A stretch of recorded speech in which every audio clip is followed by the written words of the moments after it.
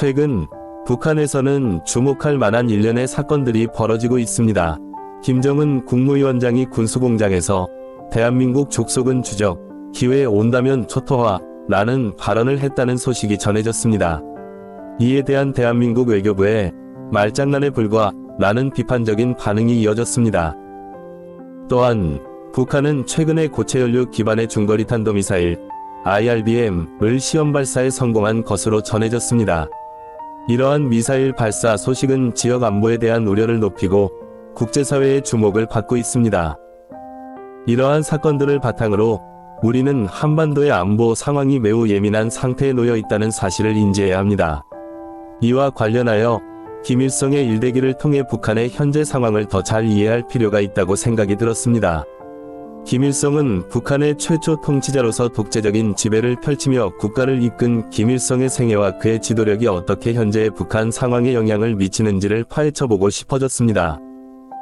김일성, 원어명 김성준은 1938년 무렵부터 소련군 시절인 8.15 해방까지 한자로 김일성, 금일성이라는 이름을 사용한 것이 확인되었습니다. 그는 중국 발음인 진지첸으로 자신의 이름을 발음하고 러시아어로 된 소련군 문서에는 이름이 진지첸으로 기록되어 있습니다. 해방 직후에는 평양에 올 때까지 김영환이란 가명을 사용했으며 10월 14일에 대중 앞에서 김일성 장군의 이름으로 처음 나왔습니다.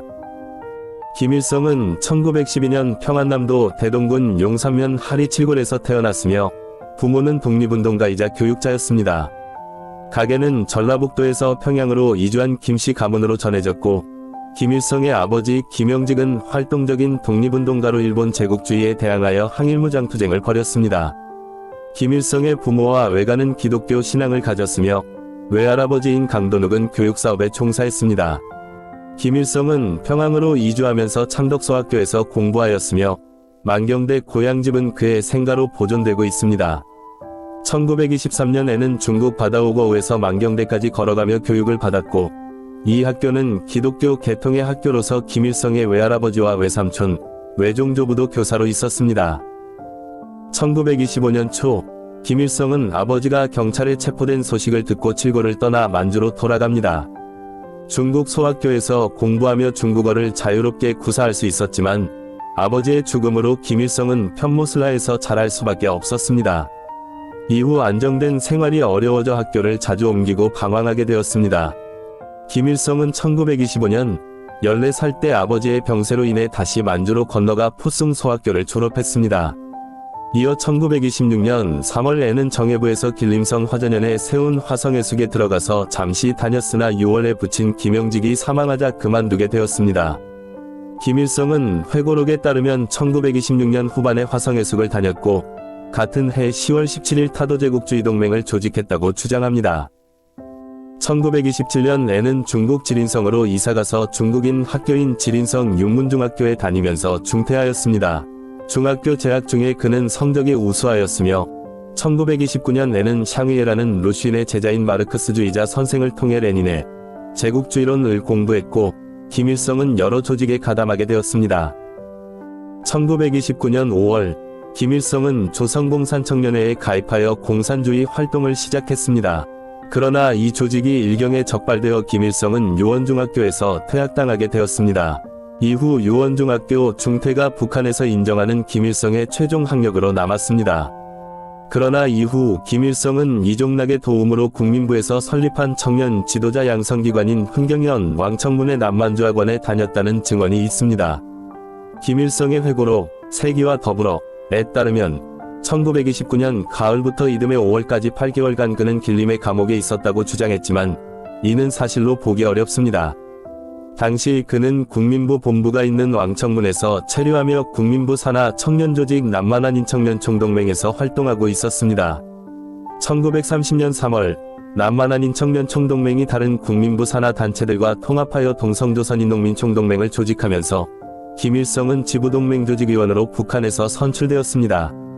이는 당시의 기록으로 확인된 사실입니다.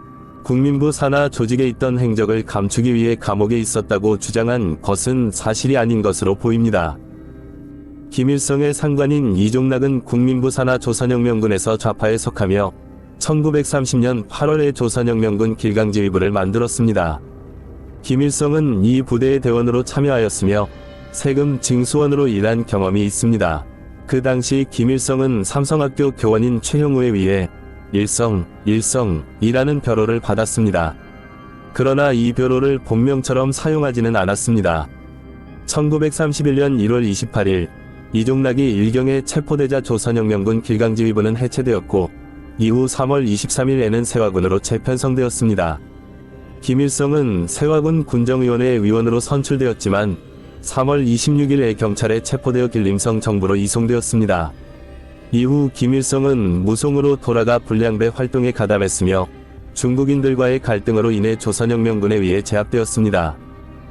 1932년 4월 25일에는 안도현에서 무장 유격대인 조선인민혁명군을 조직하게 되었지만 이는 사실적인 독립운동이 아닌 중국과 소련의 영향을 받은 활동이었습니다. 김일성과 이종락은 이 군대에서 무법과 피해를 일으켰고 1932년 7월 31일에 모친 강반석의 사망으로 유격대 투신이 종료되었습니다. 김일성은 그 후 중국인들이 주도하는 무장단체와 중국 공산당에 가입하였으나 이는 항일 투쟁보다는 중국과 소련의 목적에 따른 활동이었습니다. 그의 독립운동 활동은 소련에서의 교육과 훈련을 받으면서 이어지게 되었습니다. 1931년 9월 18일에 발생한 만주사변을 계기로 김일성은 중국과 조선의 공산주의자들이 일본군에 대항하기 위한 항일유격대를 조직하는 데 참여했습니다.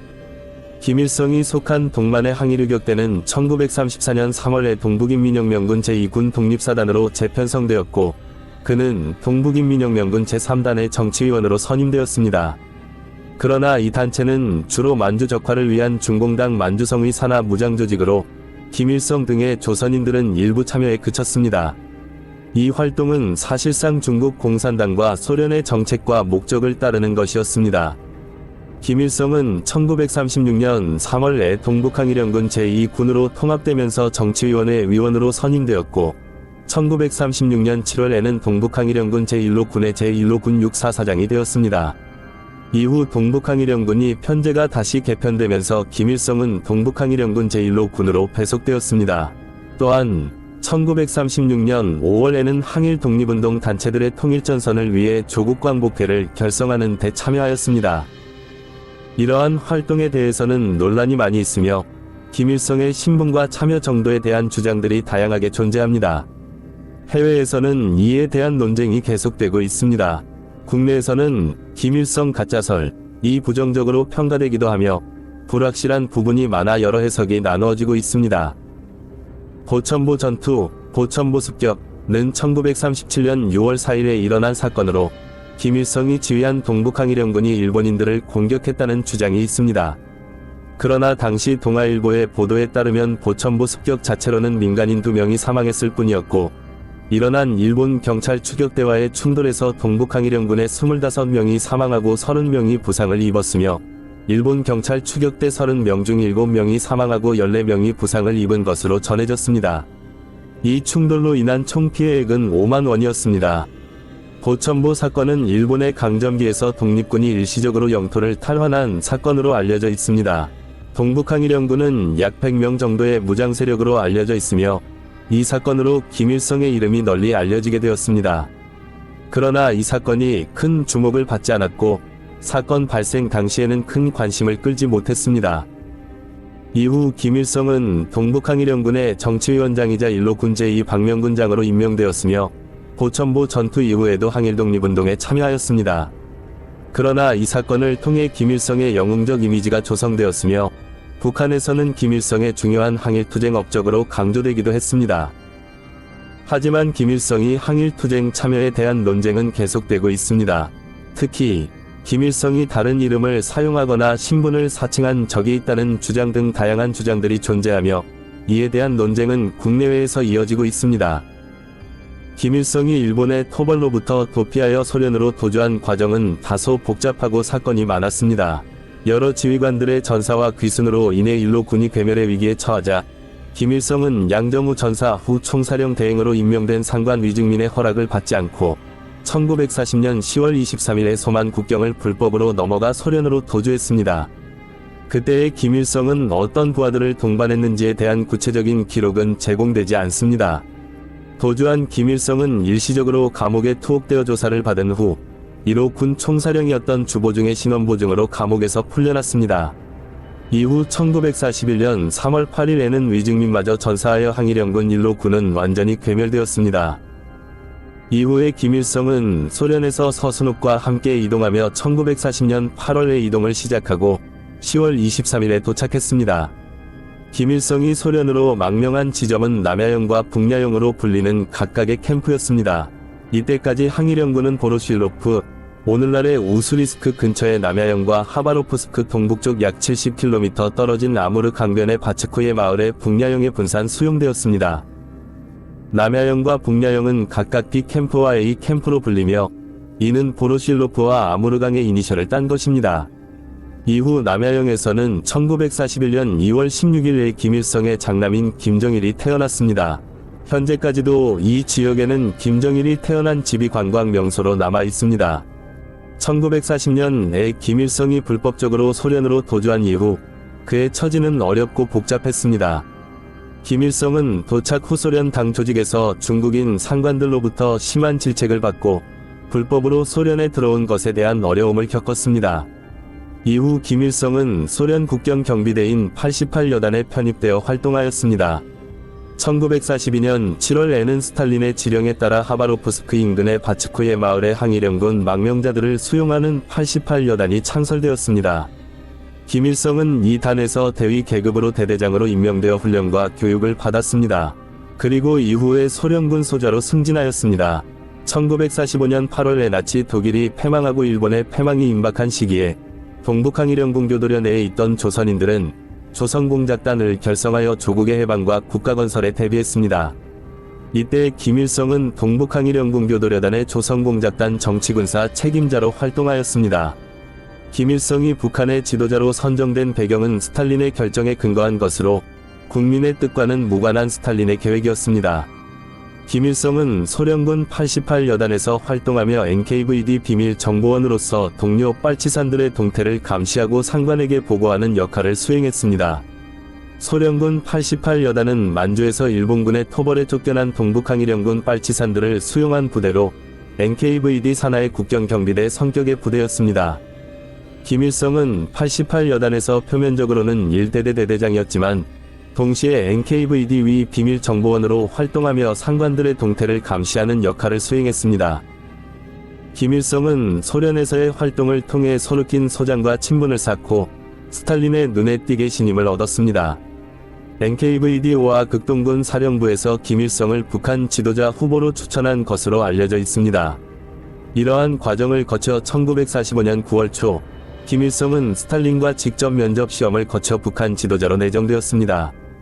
이는 국내에 상당한 조직과 지지 세력이 없었으며 소련군의 교육과 훈련을 받아 소련에 의존해야 했던 김일성이 스탈린에게 선호되었던 결과입니다. 결국 김일성이 북한 권력을 잡은 것은 만주에서의 항일무장투쟁의 공로보다는 소련군에서 KGB 비밀 요원으로 활동하여 동료 빨치산들의 동태를 감시하여 상관에게 밀고한 공로에 기인합니다. 1940년대 후반 김일성은 88여단 시절 소련에서 KGB 장교로 선정되어 소련의 지시를 충실히 수행할 수 있는 지도자로 평가받았습니다. 이는 당시 소련이 모스크바에 충실한 북한 지도자를 필요로 했기 때문이었습니다. 그러나 김일성과 박헌영 사이에는 김일성의 지도자로서의 자격에 대한 논쟁이 있었고 박헌영이 모스크바에서 지도자 면접을 보게 된 사건도 있었습니다.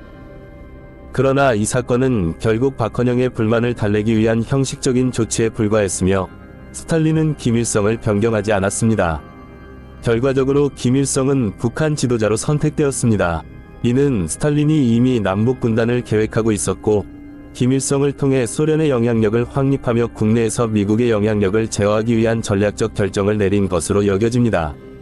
김일성은 일제시대에 태어나 만주로 이주하여 성장했으나 국내 교육은 제한적이었고 중국과의 교류는 일본의 식민지 지배 아래 이뤄진 시기로 그의 조선과 역사에 대한 심도 있는 이해나 애착이 부족했습니다. 이후 해방 후 귀국한 김일성과 88여단의 조선인들은 중국에서의 활동이 중심이었으며 김일성은 중국어로 의사소통했습니다.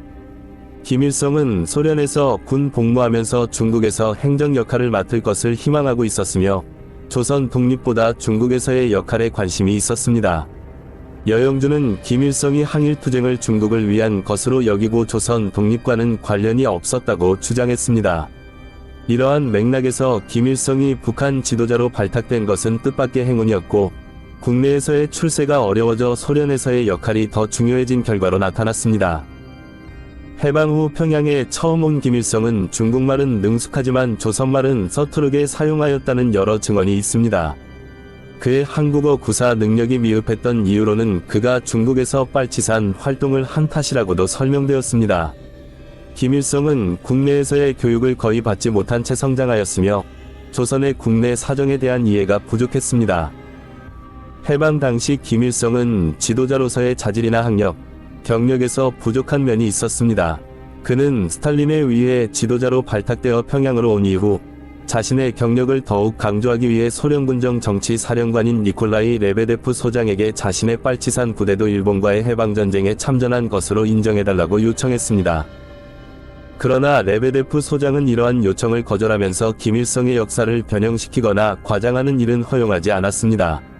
이로써 김일성은 지도자로서의 역량을 입증하려는 시도 중에 어려움을 겪었습니다. 해방 당시 김일성은 대중들에게는 무명한 인물이었고 국내 지지 세력이 없었습니다. 소련군정 인사들은 그를 실제로 지도자로 만들기 위해 다양한 정치 공작을 펼치면서 그에게 정치 교육도 시켰습니다. 김일성은 소련의 도움으로 전설적인 항일 영웅으로 만들어져 꼭두각시 지도자로 등장한 것으로 보입니다. 이러한 역사적인 부분이 북한이 개혁과 개방을 이루지 못하는 이유 중 하나로 지적되고 있습니다. 만약 김일성의 실제 역량과 경험이 미비했다면 이를 극복하고자 소련에서의 지원과 정치적 조작이 필요했을 것입니다.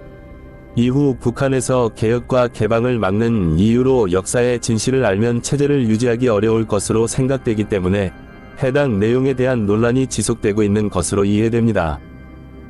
해방 직후 조선에서는 다양한 정치적 조직들이 형성되고 소련군의 지원을 받아 인민위원회가 설립되는 등 혼동과 조직화의 시기였습니다. 이러한 과정에서 평안남도 건국준비위원회와 김일성의 역할이 중요했습니다. 건국준비위원회는 평안남도 인민정치위원회로 개편되면서 지방자치기구의 설립을 나타내었고 북한 지역에서는 다양한 인민위원회가 생겨났습니다. 1945년 11월 19일에는 북조선 5도 행정국이 출범하였습니다. 김일성은 88여단 소속으로 귀국하고 1945년 10월 14일에 열린 조선해방 축하집회에서 소련군의 지도자로 소개되었습니다. 이때 소련군과 협력하여 가짜설을 만들어내고 지도자로 소개되었습니다. 해방 직후 평안남도 인민정치위원회 등에서의 김일성의 활동과 이후의 북한 정치 장면은 김일성이 권력을 확립하는 과정을 보여주며 중요한 변곡점이었습니다. 김일성은 조선민주당을 결성하고 당수가 되었지만 공산주의자들과의 갈등으로 제동을 받았습니다. 소련군정의 지원을 받아 군정기 조선에서 정치 기반이 없던 김일성이 북조선 5도 행정국을 설립하고 북조선 임시인민위원회를 발족시켜 북한에서 사실상의 단독 정부로 기능하도록 했습니다. 2월 9일에 발표한 북조선 임시인민위원회 당면 과업은 북한 정치의 중요한 단계로 꼽히며 토지개혁은 주요 정책 중 하나로 농지를 국가 소유로 유지하면서 농민에게는 경작권만 주는 방식으로 진행되었습니다. 김일성은 3월 23일에 20개의 정강을 발표하여 일제잔재 청산, 국내 반동 세력과의 투쟁, 중요 산업의 국유화와 개인 상공업의 장려, 8시간 노동제 확립 등을 주요 내용으로 제시했습니다. 1947년 2월에는 북조선 임시인민위원회에서 임시를 떼고 북조선인민위원회로 명칭이 변경되었습니다. 이는 북한이 독자적인 국가 체제를 가진다는 의지를 나타내며 정부의 실질적인 지배력을 강화하는 한편 내부 갈등과 대립을 보여주는 사례로 볼 수 있습니다. 3.1 운동은 초기에는 부르주아들의 투쟁으로 해석되었지만 북한의 정치적 맥락 변화에 따라 나중에는 인민봉기로 재평가되었습니다. 김일성과 북한 당국은 3.1 운동을 이념과 정책 강조를 위한 수단으로 사용했으나 사회주의 체제 강화로 인해 운동의 의미가 재평가되었습니다. 1946년 3월 1일 위 인민봉기 경축대회에서 테러리스트 사건은 북한의 인민봉기와 조선노동당 중요성 강조에 활용되었습니다. 북조선분국이 북조선노동당으로 명칭 변경은 새로운 사회주의 체제의 구축을 의미하며 김일성은 이때부터 북조선노동당 당수로 취임하여 남조선노동당과의 관계를 조율하게 되었습니다. 1946년 6월에는 북한에서 조선민주주의 임시정부 수립을 논의하는 모임이 열렸고 11월에는 서북청년단이 결성되어 김일성, 이승만, 김구, 한민당 등이 자금 지원을 했습니다. 이때 인민위원회 위원 선거에서 반공주의 세력의 선거 방해가 있었고 38선 이북에서의 소련의 수탈과 김일성의 협조도 기록되었습니다. 1948년 1월 김구와 김규식의 남북협상 재수락과 조선인민혁명군의 정규군화, 평양중앙광장에서의 국기 교체 시, 그리고 38선을 넘어 평양 방문 등의 사건들은 북한 정치의 중요한 발전 단계를 나타냈습니다. 최고 지도자 연석회의 죽광과 김일성의 실질적인 통수권 유지는 북한 정치의 향방을 결정짓는 중요한 요소로 작용했습니다. 1948년 5월 김구와 김규식은 38선을 넘어 남한으로 내려가 남북연석회의를 개최했으나 의견 차이로 인해 해결되지 못하고 중단됐습니다. 김일성은 남한에서 정부를 수립하더라도 북한은 수립하지 않겠다는 다짐을 했습니다. 그러나 이미 1948년 2월에 인민군 창건과 정부 수립 의사를 굳혀놓은 상황이라 이 다짐이 현실적인지 의문입니다. 이후 1948년 9월에는 김구와 김규식에게 2차 남북협상과 최고 지도자 회의를 제안했지만 거절당했습니다. 2차 회의는 소련 군정의 정치 공작이 진행된 것으로 확인됐습니다. 홍명희 등 70여 명은 남측에서 평양에 남아 남북협상을 주장한 인사들로 이들은 북한의 의도를 대변했습니다. 김구와 김규식은 북한에 이용당한 측면이 있습니다. 1948년 9월 9일에 조선민주주의인민공화국이 수립되면서 김일성이 내각 수상으로 선출됐습니다. 김일성은 국가강령을 통해 남녀평등, 선거권 실시, 무상교육과 무상의료제도 실시, 친일파 지주 청산과 토지개혁, 자원의 공동 생산과 공동 소유를 주장했습니다. 1949년 3월에는 소련을 방문해 스탈린과 회담하고 대한민국에 대한 무력 침공과 무력 통일에 관한 의견을 물었지만 스탈린은 조선인민군의 군사적 우위 부족을 감안해 공격하지 말라고 답했습니다. 또한 미소 간의 38선 분할 합의를 상기시켜 조건을 제시했습니다. 남북조선노동당 합당으로 김일성은 위원장으로 선출되었고 1949년 8월에는 북조선 주재 소련대사 스티코프와 면담하여 대한민국에 대한 민중봉기 가능성을 언급했습니다. 김일성은 조선민주주의인민공화국 정부 수립 당시 친일파를 제거하겠다는 공언했지만 실제로는 남한에 비해 청산이 미흡한 면이 있었습니다. 김일성 정권에서는 친일 혐의가 있는 인물도 권력을 행사하며 포용되었고 일부 인물은 협력 경력이 있어도 큰 문제 없이 권력에 편입되었습니다. 이로써 김일성 정권은 체제 전환과 함께 일본과의 관계를 강화하며 일본인 기술자들을 활용하는 등의 조치를 취했습니다. 1950년 1월 김일성은 스탈린과의 회담에서 남침 문제를 제기하고 스탈린과 면담을 희망했습니다. 그러나 스탈린은 지나친 모험을 경계하며 신중한 준비를 강조했습니다. 김일성은 대한민국에 대한 민중봉기 가능성을 언급하며 남북한 통일을 추진하려 했으나 최종 결정은 중국과 북조선의 공동 의견에 달려있으며 중국의 의견이 부정적이면 결정을 연기하기로 합의했습니다. 이와 같은 과정에서 김일성 정권은 청산 과정에서 친일 혐의가 있는 인물들을 용인하거나 권력에 포용하는 경우가 있었고 일본과의 관계 강화 등으로 인해 국제적 지위를 강화하는 한편 북한 내외에서도 다양한 정책적 이슈를 다뤘습니다. 1950년 5월 12일 김일성은 스티코프와 면담에서 마오쩌둥과의 계획을 밝히고 마오는 무력으로 통일 가능하며 미국은 작은 나라 때문에 전쟁을 시작하지 않을 것이라고 의견을 제시했습니다. 김일성은 미국 개입을 우려하지 않아도 된다고 생각하며 중국군의 노획한 무기를 요청했습니다. 그 후 남침 계획을 세우고 스탈린은 김일성의 계획을 승인했습니다. 1950년 6월 25일 조선인민군이 갑작스런 남침으로 한국전쟁이 발발했고 김일성은 최고사령관으로 전쟁을 이끌었습니다. 조선인민군은 서울을 점령하고 김일성은 서울시 인민위원회 위원장으로 임명되었습니다. 그러나 인천 상륙작전으로 패배하고 낙동강 인근에서 후퇴하며 군의 패주가 계속되었습니다. 1950년 9월 김일성과 박헌영은 조선인민군에게 현지 사수를 명령했지만 패주는 계속되었고 김일성은 전쟁 중 박헌영과 갈등하면서 강건의 장례식을 주관했습니다. 전쟁 동안 소련은 간접적인 지원을 통해 조선민주주의인민공화국을 지원했으며 스탈린은 김일성의 남침 계획을 최종적으로 승인했습니다. 그러나 소련의 직접적인 대규모 군사 지원은 이루어지지 않았고 중국이 참전하면서 전쟁은 더욱 복잡해졌습니다. 한국 전쟁에서의 김일성의 실패로 인해 궁지에 몰린 그는 박헌영에게 책임을 전가하여 국내 권력을 강화했습니다. 전쟁 전부터 김일성은 체제 협력을 거부하는 민족주의자들을 탄압하며 조만식과 김무정 등을 처형했습니다. 전쟁 후 국가 기념일 변경과 칭호 수여를 통해 자신의 권력을 강화하고 박헌영과의 갈등을 통해 남로당, 연안파 등을 제거하며 안정된 정권을 확보했습니다. 그러나 김일성의 권력은 소련과 중국의 감시 아래에서 견제되었고 내부에서는 다양한 정파 간 긴장과 갈등이 지속되었습니다. 경애하는 수령이라는 호칭은 김일성에 대한 개인 숭배를 표현하며 국내에서 일반화되었습니다. 김일성은 연안파와의 갈등을 깊이고 1955년 이후에는 연안파를 숙청하면서 자신의 권력을 더욱 강화했습니다. 중국계인 최창익과의 갈등은 8월 종파 사건으로 이어졌고 이후 연안파와 소련파에 대한 숙청이 계속되었습니다. 1957년에는 최창익을 반당종파로 숙청하고 1964년에는 거두 김두봉을 숙청함으로써 김일성은 일당 독재를 강화했습니다. 1967년 김정일 후계구도와 관련하여 김일성 권력에 도전할 만한 세력은 더 이상 남아있지 않게 되었습니다. 김일성은 1958년에 중화인민공화국을 방문하였고 1960년대 초반부터 주체사상을 국가 이념으로 정착시키며 자주노선을 선언하였습니다. 한국 전쟁으로 인해 대규모의 시설이 파괴된 상황에서는 전후복구 사업으로 천리마운동을 시작하여 경제를 살려냈습니다.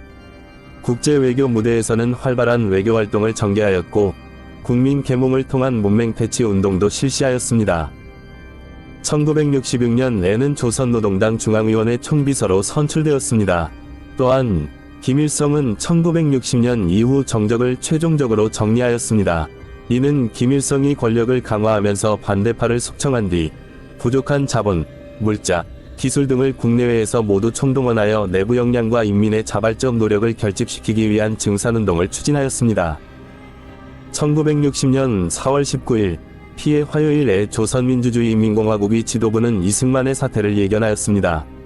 김일성은 이승만의 후계자로 적합한 인물을 찾기 어렵다고 생각하였고 이승만을 교체해야 한다고 주장하였습니다. 김일성은 1960년 여름에 연방제통일론을 발표했지만 장면 내각에 의해 거부당하고 장면 내각은 외무부를 통해 반박하였습니다. 5.16 군사 정변 이후 1963년에는 비밀리에 대한민국의 대통령 박정희에게 밀사 황태성을 보냈지만 황태성은 중앙정보부에 의해 살해되었습니다. 김일성은 남조선에서 미국을 몰아내기 위해 전쟁을 다시 벌여야 한다고 주장했으며 미국이 그냥 물러가지 않을 것이라고 생각했습니다. 그는 남조선에 대한 전쟁 준비를 적극 추진하고 핵무기와 장거리 미사일 개발을 촉구했습니다.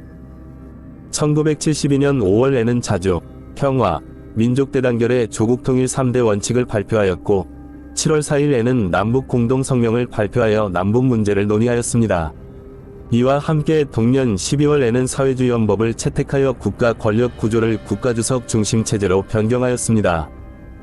그 후 김일성은 1970년 대부터 1980년까지의 기간 동안 남북관계를 조율하고자 했습니다. 1972년에는 평화통일론을 선언하고 박정희 대통령에게 특사로 박성철 등을 파견하였습니다. 남북관계의 향상을 위해 노력하면서도 대한민국 내부의 민주화 요구, 미국의 인권 문제, 미군 철수론 등과 같은 다양한 어려움에 직면하게 되었습니다. 1979년 박정희 사망 후 김일성은 조문단 파견을 계획하였으나 전두환의 신군부 등장으로 이를 중단하였습니다. 1980년대에는 남북평화통일을 위한 다양한 노력을 기울였습니다. 1984년에는 남쪽에서 발생한 홍수로 인한 피해를 지원하였고 1985년에는 이산가족 고향방문 및 예술공연단의 교환방문을 실현시켰습니다. 1987년에는 대한민국에서 발생한 민주화 항쟁에 대해 온 민족이 남조선 인민들의 통일애국 투쟁을 적극 지지성원하도록 지시하였습니다. 1990년대 초에는 베를린 장벽의 붕괴와 소련의 붕괴로 인해 김일성은 공산주의 제한을 느끼게 되었고, 이에 따라 대한민국과의 통일을 위한 협상을 시작하였습니다. 이와 동시에 국내에서는 공산주의 국가 붕괴와 국내 위기 대응을 모색하였습니다. 경제적으로는 1980년대부터 조선민주주의인민공화국이 경제위기에 직면했고, 김일성은 일부 경제개혁 및 개방 정책을 시행하였습니다. 북한의 경제체제는 1985년에 연합기업소 체계를 도입하여 산업부문별 효율적인 관리를 도입했습니다.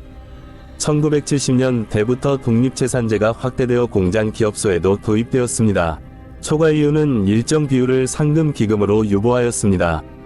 1984년에는 인민소비품 생산운동이 시작되어 가내작업반을 조직하였고, 이는 1989년에 공식적으로 허용되었습니다.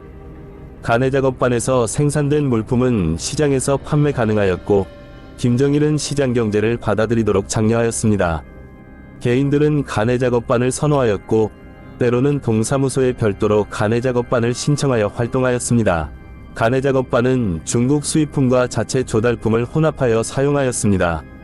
1991년에는 무역 분야에서도 개혁적인 조치가 이뤄졌으며, 대외경제위원회는 무역회사 설치를 포함한 무역 권한을 지방 단위로 위임하였습니다. 1992년에는 개방 의사를 표명하고 일본, 미국과의 무역을 허용하였습니다. 1994년에는 김일성이 건강 문제로 입원하였고, 그해 6월에는 평양에서 미국 대통령 지미 카터를 맞이하여 핵 문제와 관련된 조미 협상을 진행했습니다. 김일성은 7월 초에 묘양산에서 휴양하다가 7월 8일 새벽에 심근경색으로 사망했습니다. 그의 사망 장소는 공식적으로 평양 주석 집무실이지만 묘양산에서 사망했다는 설도 있습니다. 그의 죽음은 여러 가지 이야기와 함께 미스터리로 남아 있습니다. 김일성의 애도 기간은 7월 8일부터 17일까지였고 7월 19일에 국장으로 장례식이 거행되었습니다. 김일성의 사망 다음 날인 9일에는 김일성 동상의 호상을 세우는 소식이 보도되었습니다. 7월 20일에는 김정일이 금수산 의사당에 안치된 김일성의 시신을 실은 연구차가 평양 시내를 한 바퀴 돌았습니다. 이날 아침에는 평양 시민들이 김일성의 연구차를 보기 위해 일찍부터 모였습니다. 김일성이 사망한 이후 평양에서는 대규모 추모 행사가 열렸습니다. 이 추모 행사는 5년 주기로 진행되었고 현재까지도 이어지고 있습니다. 김일성의 애도를 위해 1997년에는 평양 모란봉구역에 대형 추모탑이 세워졌습니다. 김일성이 태어난 날을 태양절로 명명하였습니다. 김일성의 주검은 금수산기념궁전에 있는 유리관에 안치되었습니다. 김일성은 공산주의 역사상 최고의 반동분자로 꼽힙니다. 그의 행동은 자신의 지배 기반이 되는 사상에 위배되며 북한을 지배하는 것 자체가 모순적입니다. 김일성은 만민평등을 어기고 신분제 사회를 구축하며 귀족 중에서도 자신의 혈통만을 독점하는 백두 혈통을 형성하였습니다. 또한 공산주의자들을 탄압하고 암살하여 사망시켰으며 한국 전쟁에서는 주범으로 꼽히고 있습니다. 김일성은 스탈린주의를 고수하며 주체사상을 변질시켰으며 정적 탄압과 독재에 대한 비판도 존재합니다. 북한 주민들은 언론 자유, 결사 자유, 거주 이전의 자유 등 대부분의 기본적인 자유를 박탈당하였고 수령을 위한 노예로 전락하였습니다. 김일성 일가는 모든 토지와 재산, 인명을 임의로 처분할 수 있는 권한을 행사하였으며 김정일을 후계자로 삼아 국가를 김씨 일가만을 위한 국가로 사유하였습니다. 북한의 독재 체제가 무너져 남과 북이 하나가 되면 그 순간은 우리의 국민이 함께 미래를 준비하는 새로운 시작일 것입니다. 양쪽 국민이 서로를 이해하고 협력하면서 한반도에서 새로운 시대를 열 수 있을 것이라 믿습니다. 통일은 어려운 여정일지라도 그 여정에서 창출되는 새로운 기회와 가능성은 한반도의 미래를 밝게 비출 것입니다. 북한의 다양한 자원과 노동력을 통일된 국가로 활용하면 양국은 경제적인 발전과 번영을 함께 이룰 수 있을 것입니다. 이로써 평화로운 통일은 지역 전체에 긍정적인 파급 효과를 가져올 것이며 국제사회와의 협력을 강화하여 한반도의 안정을 도모할 것입니다. 두 국민이 하나가 되어 공존하고 협력하는 새로운 한반도의 모습은 우리 모두에게 큰 자부심과 희망을 안겨줄 것이라고 생각합니다. 시청해주셔서 감사합니다. 수면제 비용은 여러분의 구독입니다. 여러분의 수면제 디어게인이었습니다. 편안한 밤 되세요.